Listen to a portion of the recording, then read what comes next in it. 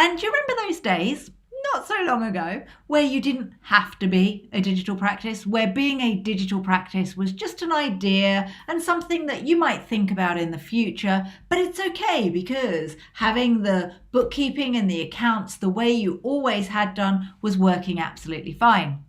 Then guess what? The pandemic hit, and all of a sudden we were forced, and I mean forced, into going digital.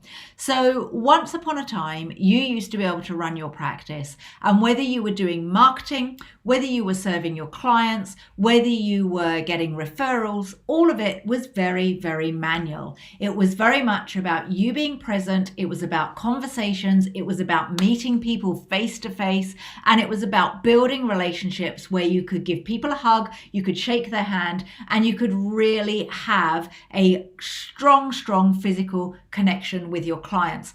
And the most digital you ever had to be was when you picked up the phone and had a telephone conversation with them. Then the pandemic hit. Now, prior to the pandemic, people like the ACCA and the ICAEW and people like myself were all saying to you, you need to become a digital practice. And some of you resisted. However, others of you decided that that was something that you were going to do, and you put a lot of effort. So one of my clients, Alistair Barlow from Flinders, he actually participated in the ACCA report. There's a report, and I'm going to put a link to the report in the comments after this video, but it's all about how to be a digital practice. Absolutely brilliant report. It's a huge report, but worth reading and understanding. And that's back in 2016, before we even decided to actually become this digital world that we now are because of the pandemic. So anyway, many of you didn't embrace digital and you resisted and resisted. Back in March of last year, 2019, the world said, you no longer can leave your house. You no longer can meet with your potential clients. You can no longer go networking and meet people face to face. And you have to actually become this digital practice that we have been nagging you to become for a very, very long time. So you had to, all of the work that you had to do to get a client had to become digital marketing. No more face-to-face networking, no more meeting people and having lunch and getting them to become a client. It all had to go digital. Then the onboarding of a client was no more having a meeting face-to-face and onboarding them. That had to become digital too. And then the servicing of your clients had to become digital, the after. So before, during, and after, the entire customer journey had to become digital super quickly. No more were you working from your offices. You had to learn how to use things like Zoom. You had to learn how to use technology in a way to leverage so you could continue to communicate. So where you used to communicate face to face, you're now communicating through digital means. Where you used to rely on people sending through or bringing through bags and bags of documents so that you can do your accounts, it's now done through digital apps like Receipt Bank and Xero and QuickBooks. And you have to use these platforms now. You cannot rely on manually hand putting things in. So times have really, really changed. And it is no longer, shall I be digital? It's how do I become digital? And there's three things that are really great about being this digital practice. The first thing is a digital practice will save time because we can have systems in place that are all digital, and you input something once and it goes and goes out to all these different areas and enables your books to balance. It enables you to get information from your clients really, really easily, and your life becomes much, much more simple. But you have to do a little bit of work up front to get all of the systems set up, but once they're set up, it enables you to save time. Now, what's the knock-on effect of being a digital practice that saves time? Well, you make more money because time is money. So whilst you might have to invest in Receipt Bank, for example, that time that you save for chasing the invoices and making sure everything matches up is phenomenal. So that then means that you're saving money. And then finally, the third big thing about saving time and money is you can invest that time and money into growing your accounting practice.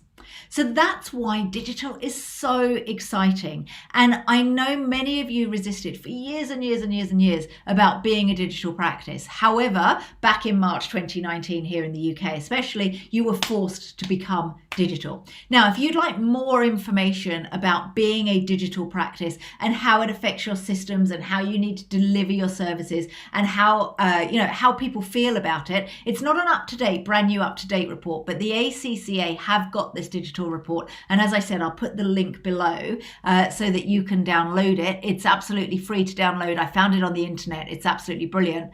But what I would like to know from you, if you could put in the comments and let me know, what I would like to know from you is, how do you feel about being a digital practice? Is this something that's really exciting for you? Is it something that overwhelms you? Are you wondering how to use digital marketing to get clients? What kind of apps you should be using to deliver that great customer service that saves you time and makes you money? Are you a little bit like, I don't know what I should be doing or where I need to be? I'm a bit like a rabbit caught in those headlights.